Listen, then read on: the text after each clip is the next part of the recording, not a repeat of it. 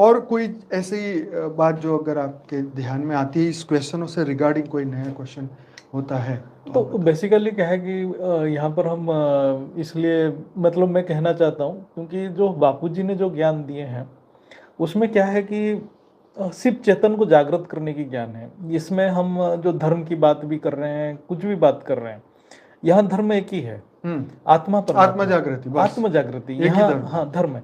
हम इसको धर्म इसीलिए कह रहे हैं कि धर्म मतलब धारण करना। जैसे हम शरीर धारण कर लिया, तो शरीर धारण किया मतलब शरीर का धर्म क्या है? भूख लगेगा तो शरीर को खाना चाहिए, तो ये शरीर का धर्म है, आत्मा का धर्म नहीं है। आत्मा का धर्म क्या है वो जानना पड़ेगा। आत्मा की जो धर्म है, मूल प्रकृति जो है उसका, आत्मा की शरीर क्या है? आत्मा की जो मूल शरीर है माइट, माइट के अलावा आत्मा के पास और कोई शरीर ही नहीं है, ये तो उसके ऊपर आवरण है।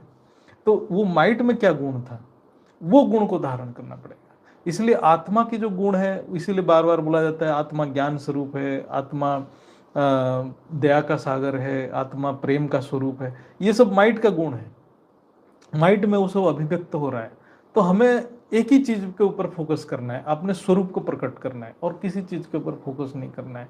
और आज जो हम इतने धर्म के कॉन्फ्लिक्ट में फंस चुके हैं, ये तो एक देवान का एक हम बोल सकते हैं कि जब शरीर में जो धर्म की बात कर रहे हैं, जो भी भक्ति मार्ग भी है या इतना रिचुअल्स भी कर रहे हैं, ये सारे चीज है शरीर का रिक्वायरमेंट, वो आत्मा के रिक्वायरमेंट नहीं है।